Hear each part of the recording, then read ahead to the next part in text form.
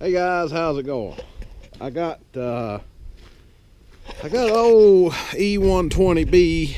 This is one of our old machines, one of the first ones we had. We had one excavator before this one, but this is one of the first excavators we had. But anyway, I'm going to move it. I got the Mack hooked to the trailer here, and I'm going to move it to a place where I cut some logs out last year where I was doing some logging, and I'm going to be getting the firewood logs out of there that I hadn't got all of them out from in there yet. So I'm going to work on that. Anyway, I know I hadn't showed y'all this truck, but this is the inside of it. This is a brand new Mack. It's got well, it's a year old now, but it's got 14,000 miles on it basically.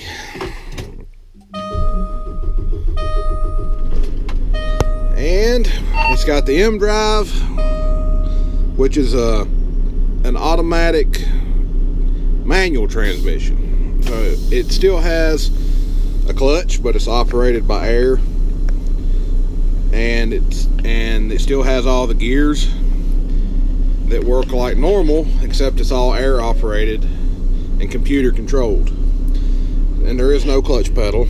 You just put it in drive like you would any automatic vehicle, and it does the shifting for you. It actually decelerates the truck. You don't have to let off the throttle. It decelerates and changes the gears. So it works pretty good. Alright, so just easing into the throttle here, and there's some snow laying around because it snowed yesterday, which was Friday, but it did not stick to the roads really, so they did not call me out to push. So, and it's really bright outside because of the snow. But you can hear the truck shifting gears just like it's a manual transmission. This is a 505 horsepower truck. So it's pretty stout, and it does pretty good. But the biggest thing about this truck is that we don't like is it doesn't ride the best. It's a little bit stiff compared to the Western Star. So it does have the camelback suspension on the rear. We couldn't get the suspension like we wanted on this truck in the rear, which I can't think of the name of the type of suspension, but it's kind of like a big rubber puck that just kind of goes between the axle and the frame. It's kind of it's just a big rubber thing. It's not real. There's no springs involved, and it's not air ride. But anyway, that's what the Western Star has on it.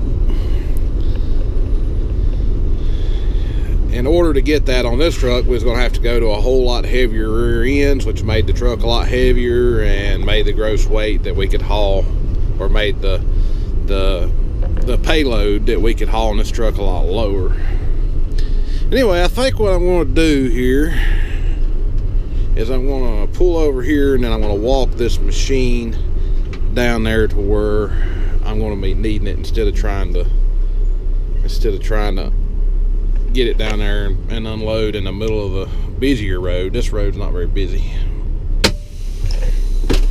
Oh. Got the ox bodies bed on it with a barn door gate that you can switch without climbing and switching any pins. It's got a lever here. You just pull that. You got to put one pin in over there, and you can just swing this gate out of the way if you need to put long stuff like logs or big stumps and stuff that won't come through the gate. It's just a tri-axle instead of a quad axle. We don't like the extra long truck. We don't do a lot of hauling, like hauling our own gravel and stuff, like for stockpiling. We typically just use these trucks as on site or close distance hauling and stuff. We like the smaller, lighter, well, I don't guess they're any lighter really, but just a smaller, shorter truck with a tri-axle. We discussed all that before we bought the truck, and we decided to stay with the tri-axle like we're already running instead of trying to go with a whole lot longer truck and putting another axle on, which will give you more payload, but there's disadvantages in getting around on a job site. And we like a low bed, so we got a bed that's kind of like on the Western Star, the sides are low. We have a truck that the sides are really high on, and it's hard to load with skid steers and stuff, so we stuck with a lower sided bed. But anyway, I'll try to make a video of the truck, the whole truck, when I have more time. But right now, I don't have time.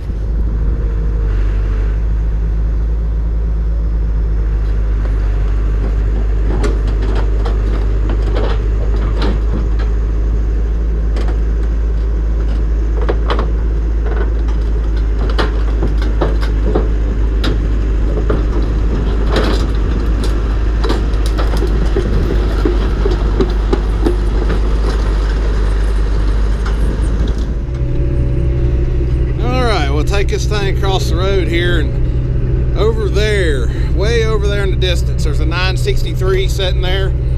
That's where I got to take this to go across this hayfield. But I'm going to just park it here on the side of the road for now and take the dump truck back, get it out of the road.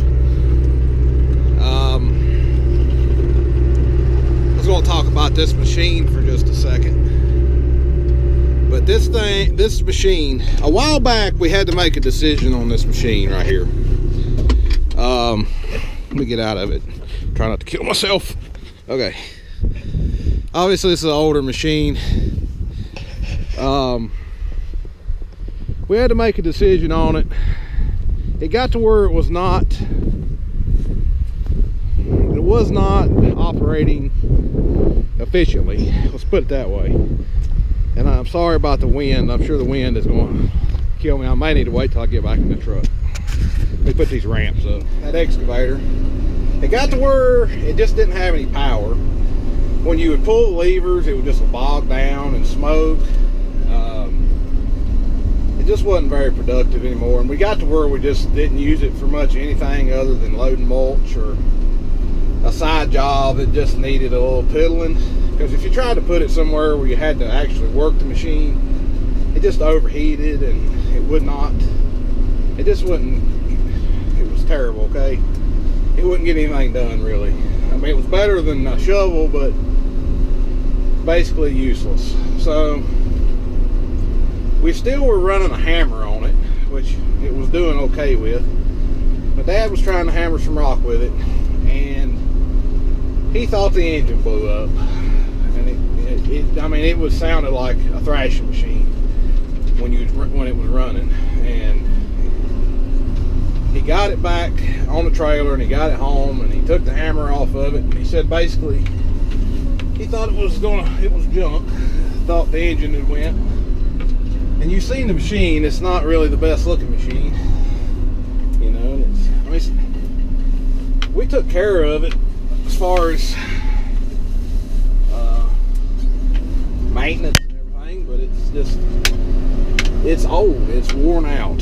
It has done a lot of work for us. So anyway, we put the hammer on one of the Komatsu machines. We had to switch it over to where it would fit one of our Komatsu machines, but it sat there for a long time in the way, and we had to figure out what we was going to do with it. Whether we need to spend money on it or junk it. So Dad finally decided he was going to have the engine fixed. He was just going to have it refreshed or rebuilt by some local guys that do really good work.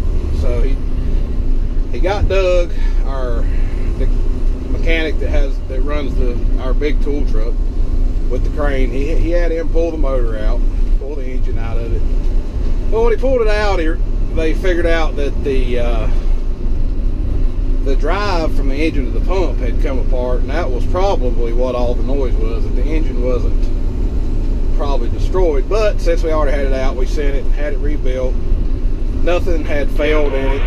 Nothing major had failed in it. But anyway, I had it refreshed, put it back in the excavator, got it running, got all the drive, pump drive and everything fixed. And it didn't have any power. It just plugged down.